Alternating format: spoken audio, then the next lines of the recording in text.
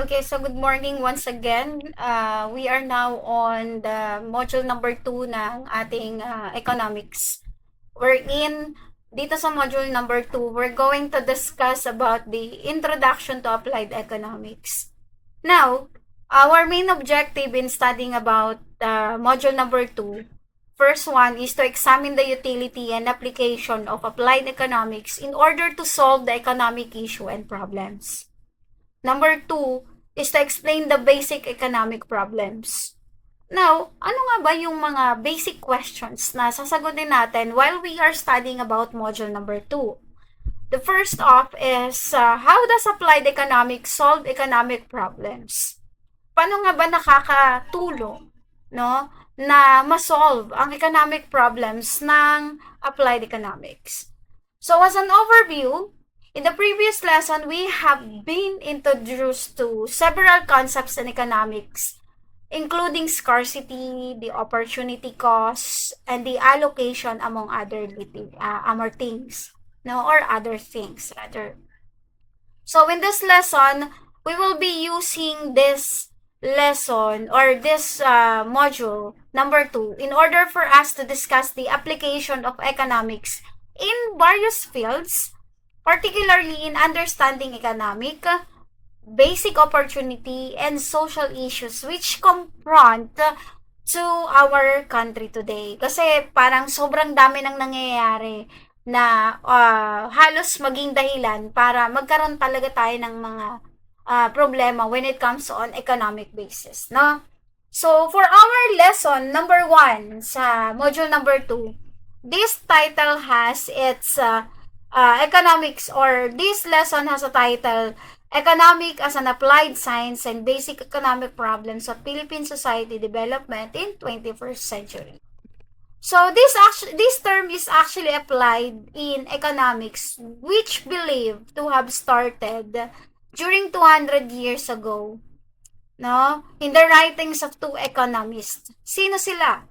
These are Jean-Baptiste Say, who lived in 1767 to 1832, and John Stuart Mill, from 1806 to 1873. So here are they.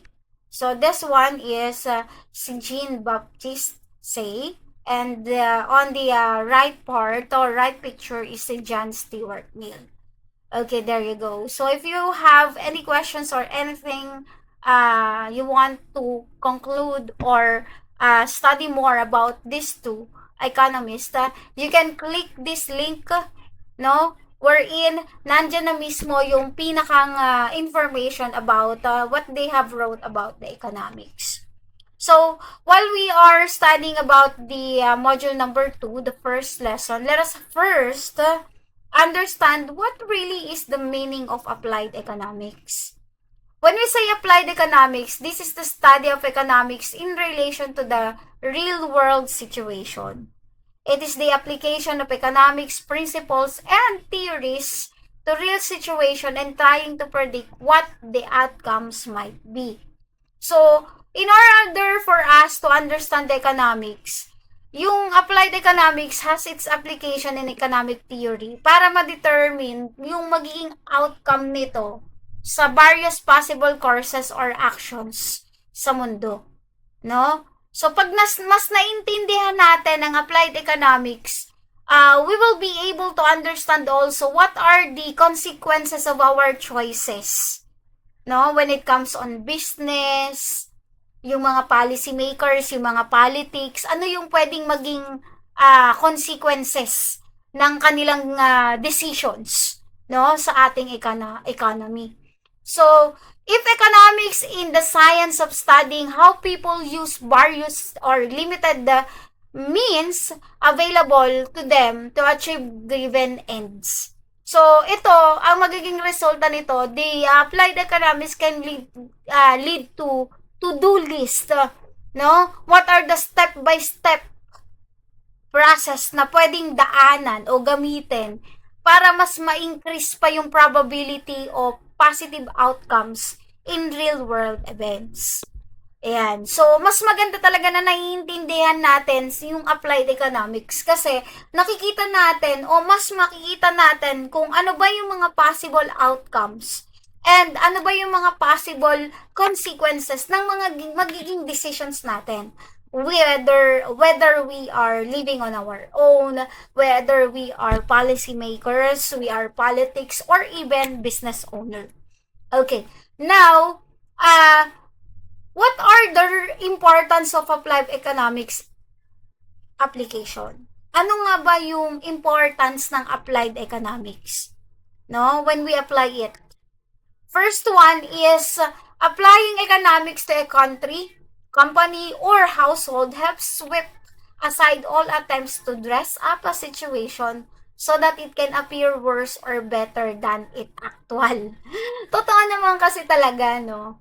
When we get to understand applied economics and we get to implement it even in our house, maiintindihan natin that we do not have to make things appear better. Most especially the situations that is not good. 'Di ba? Kasi parang mas nagiging worse lang yung kinalalabasan nito kapag natatapalan lang ng natatapalan. Anong ibig sabihin ni ma'am? For example, the applied economics can assess the profits of a certain company. Company to, hindi sa bahay. Ibahin natin. Applied economics can assess the income of a certain household. 'Di ba? Itong result na to, guys, is nakikita na rin natin dito, most especially our parents, your parents rather. Nakikita nila that there are certain situation na yung kinikita nila, no?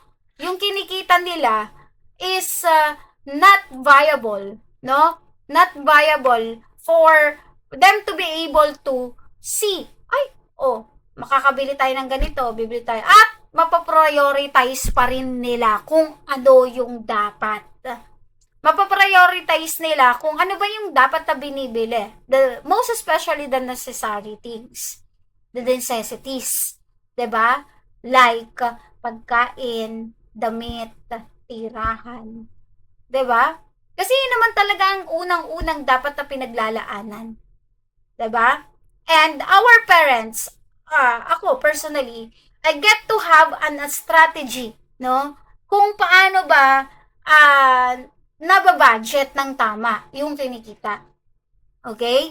Sa mga businesses naman, okay, ito yung nandito sa example natin. Applied economics can assess the profit of a certain company. No? Na-assess nito yung profit ng isang kumpanya. Yung result nito sa mga executives, ano yung mga pwedeng strategy na pwedeng magamit in order to boost the sales. Diba? Okay, next one. Applied economics act as a mechanism in order to determine what steps can be reasonable in order to be taken or to make an improvement. Diba? In the economy. Okay. So, na-assess nito yung strength and weaknesses ng isang economy, ng isang bansa, ng economy ng isang bansa. Okay? Next one, example nito, usage of raw materials, division of labor within entity, 'di ba? So, pasok po yan doon. Okay? Next, applied economics can lead or teach, rather, valuable lessons on how to avoid and handle the reassurance of a negative situation. Kasi nare-review natin siya, nadadaanan natin siya. 'Di ba? Nababalikan natin what could be the possible reason bakit nangyari to. 'Di ba? Kumbaga, nare-reach nito yung mga valuable lessons na pwedeng daanan, no, ng isang company, kahit ng households, no? And ma-avoid na yung risk. Okay? Okay. Now, there are certain things that we can do in order for us to be able to understand more about the applied economics. Okay? And merong mga ginagamit dito. Ano yung mga ginagamit na yon, guys? Most likely, ang tawag natin dito is econometrics. when we say ecometrics, it is it is the use of statistic techniques, okay, or statistical techniques to understand economic issues and test theories and its application of statistical and mathematical theories to economics for a purpose of testing hypotheses and forecasting for the future trends. Okay, so like this one, umiikot lang naman kasi talaga ang kinikita natin sa income to spending. Tama? Just to be real, no? Bakit wala tayong ipon? It is because our income is umiikot lang sa spending. Spending, spending, spending. And we were not able to save para sa future, para sa emergency, 'di ba? So, most likely, coming from this activity, or coming from this illustration, makikita natin that our income only go around spending. Minsan nga, mas malaki pa yung spending natin kaysa sa income natin eh. 'Di ba? Ayan.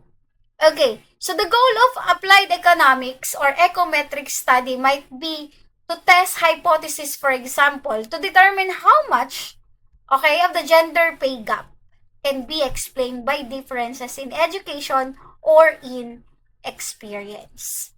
So, the basic economic problems confronting the development of the Philippine 21st century is shown in this illustration.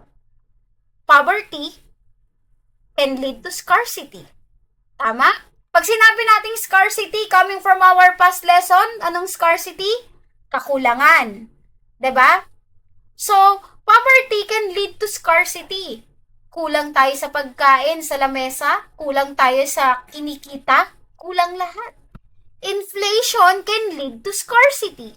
Pagtaas ng mga bilihin can lead to scarcity. Unemployment, kawalan ng trabaho, can lead to scarcity.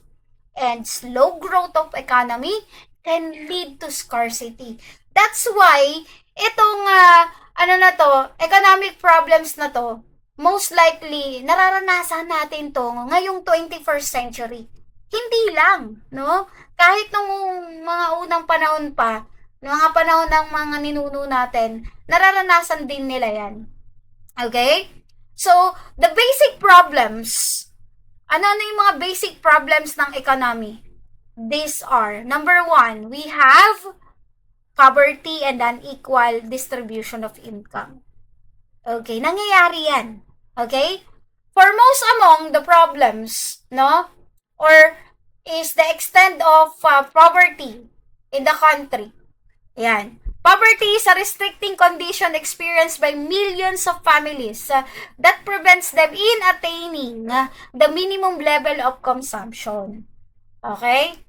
So, karaniwan, there are millions of families that prevents them in attaining the minimum level of consumptions in order to subsistence living. Okay, so the main cause of poverty in the Philippines, ano yung mga main cause ng kahirapan dito sa Pilipinas? Una, low to moderate economic growth. Diba? Ito ay nangyari, no, for the past 40 years up until now. Yung pagbaba o pagbagal ng economic growth dito sa ating bansa, apektado tayo dyan. Diba? Low growth elasticity of poverty reduction. Apektado pa rin yan. Bakit? Maraming walang trabaho. Maraming nagiging unemployed. Unemployed rather. 'Di ba? So, yung mabagal na growth ng economy natin, naaapektuhan din nito yung pagbabawas ng kahirapan. 'Di ba? Yung poverty reduction dito sa Pilipinas, mas lumalala pa nga eh. 'Di ba? Okay. Weakness in employment generation and the quality of job generated. Failure to fully develop the agricultural sector. 'Di ba? High inflation o mabilis na pagtaas ng presyo ng mga bilihin. Kaya Kaya mas lalong nagkakaroon ng crisis. 'Di ba? O, kagaya na lang ng pagtaas ng bilihin ng mga gulay, ng mga bigas, ng karne. Most especially during the crisis periods, mas lalong naaapektuhan. High levels of population growth. High levels of population growth. Dito sa atin sa Pilipinas, dahil tropical country tayo, 'di ba? O, apektado ba 'yon? Hindi, no? So, kumbaga parang it's up to the people na rin, no? We were able to expand more. Ang bilis natin magparami. Ang bilis dumami ng tao dito sa ating bansa. Ang daming may birthday araw-araw. It's a part of ano, 'di ba? Next one is high and persistent level of inequality. Kagaya na lang nasa income tsaka sa assets. 'Di ba? Mas mataas yung ano, sabi nga yung mayaman mas lalong yumayaman at yung mahirap mas lalong humihirap. 'Di ba? Maybe it's because of the level of their mindset na rin. How they will be able to have the uh how will they be able to make their income grow, 'di ba? So karaniwan ganun 'yun, guys, 'di ba? Then the recurrent shocks in the exposure to risk. Yan. Kasi tayo hindi tayo ganun ka ano kagaling paano natin ma-assess yung risk na pwede natin pagdaanan, yung mga conflicts, yung mga natural disasters, 'di ba?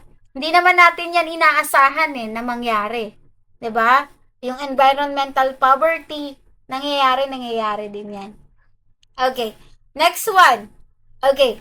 So, let us now proceed with two categories or categories. So, let us now proceed with two categories of poverty. So, first one is yung tinatawag nating absolute poverty. Pag sinabi nating absolute poverty, ito yung lack of income to buy the basic food and necessities for subsistence living. Subsistence living, guys. Yun yung absolute poverty. Kakulangan ng income. Kaya hindi natin mabili kahit yung basic needs natin. Pagkain. 'Di ba? Kaya ang hirap no? At pasok 'yan sa absolute poverty. Sumunod naman, relative poverty. Ano po yung relative poverty? When we say relative poverty, this refers to the structure on how the national income is being distributed among household in the economy. No? Ang mayaman, mas lalong yumayaman at ang mahirap ay lalong humihirap. Relative poverty. No? Yung structure na kung paano yung income na de-distribute from one household to another. Kung mababa yung qualification mo sa trabaho, mas mababa ang income mo. Kung mataas ang position mo sa trabaho, mas mataas ang income mo. 'Di ba? Nakakalungkot. Pero nangyayari 'yun, guys.